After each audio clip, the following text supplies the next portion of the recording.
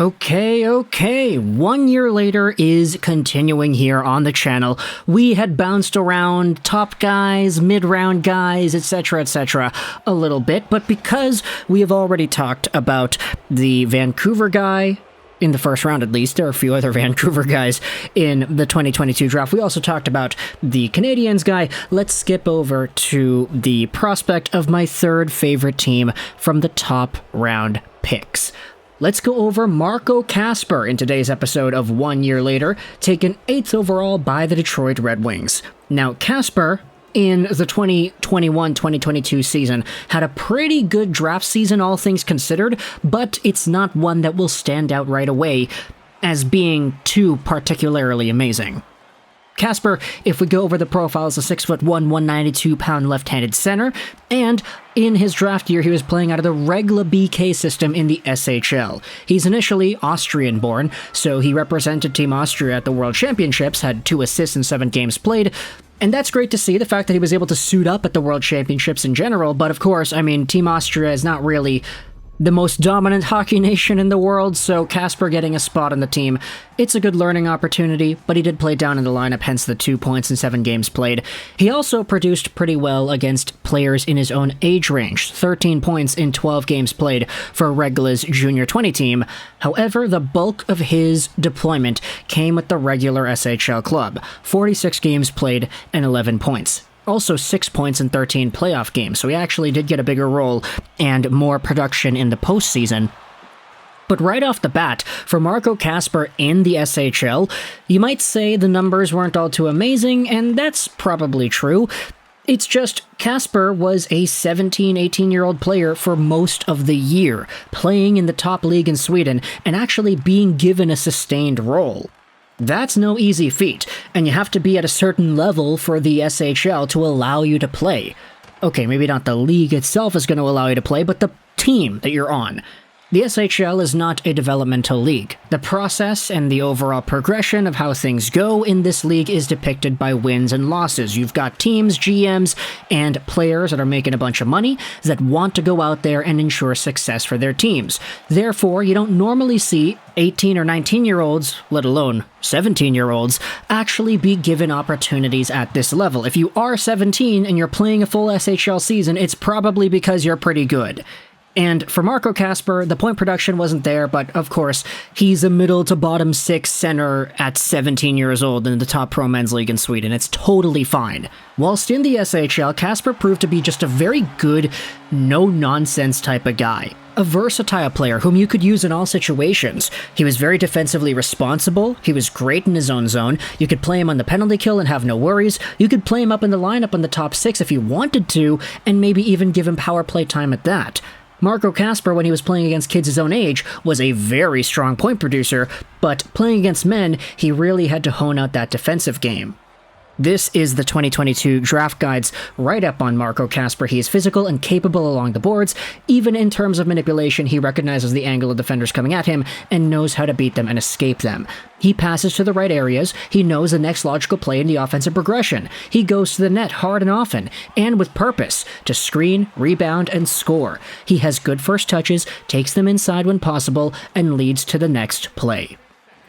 Marco Kasper was just a very good hockey mind that knows how to make the proper play 90% of the time. Was he going to dazzle your pants off with amazing skill and sniping? Probably not, but you were getting just a very solid, no-nonsense hockey player at this spot. And even though his ranking in the 2022 draft was mostly in the mid-first round-ish, Elite Prospects had him at 12, McKenzie at 10, McKean's had him at 24, the Red Wings took him at the 8th overall spot, hopefully projecting him to being a long-term middle to top 6 center as a definitive penalty kill guy and maybe second power play option. In fact, if you go to Marco Kasper and his season this year with Regla, after signing his ELC, he was loaned back over to the SHL club. He had 23 points in 52 games played, so a better point production metric and a bigger role too. He also, once again, suited up for Team Austria at international tournaments. He was at the Deutschland Cup, I believe it was, and he had 3 points in 3 games played over there. Also played a game with the Red Wings at the end of the season, wherein he did not look out of place. Now, the numbers are all fine and dandy, and it's good to see that Kasper actually had better point production, but what I wanted to turn your attention to was Lassi Olonen on Twitter, because what they posted was Marco Kasper's progress sheets from last year to this year. Take a look at this tweet. Marco Kasper improved his play in transition, became a lot better at bringing pucks to the middle, killed more plays defensively while also making significant strides as a playmaker. Now you can see the two graphs side by side. You have the draft year season of Marco Kasper on the left, where there's a lot of red, and then on the right, the draft +1 season of Marco Kasper, there's a lot of blue, meaning that there's a lot of good stuff going on.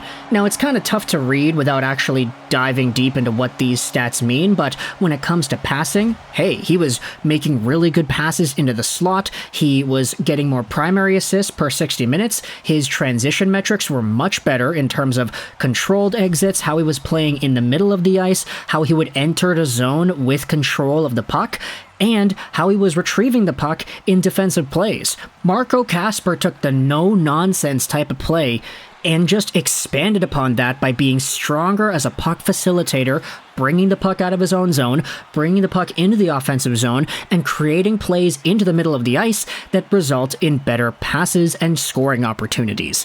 It's reflected in the point production, yes, but it's also projected in all of the advanced analytics that you have available at your disposal for this guy. And so, heading into the long-term future, this is just the progress of a guy in the top pro men's league in Sweden from 17 to 18 years old. This is a really good sign, and I think if Marco Kasper becomes the best version of himself in the NHL, he may not go out there and necessarily get 80 or 90 points. I don't necessarily know if that's the ceiling here. But if you get yourselves a guy in Kasper that just makes no mistakes and plays nearly a perfect type of transition game, he's the ultimate second, third line, defensively minded center, he is the top penalty killer, he creates offense sometimes, and he rarely gives his opponents time to breathe, that right there is worthy of a top 10 pick.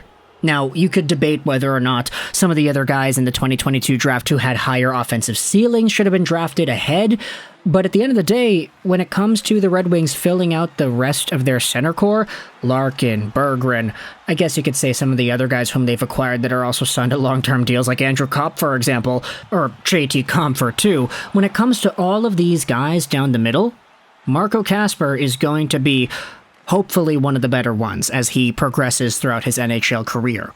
Nate Danielson also forms a similar type of mold.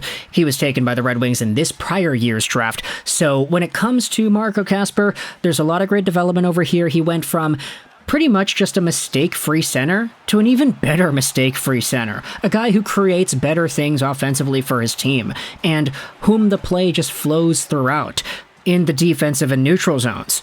If Marco Kasper is able to become the second-line center of the Red Wings, that's a pretty good bet.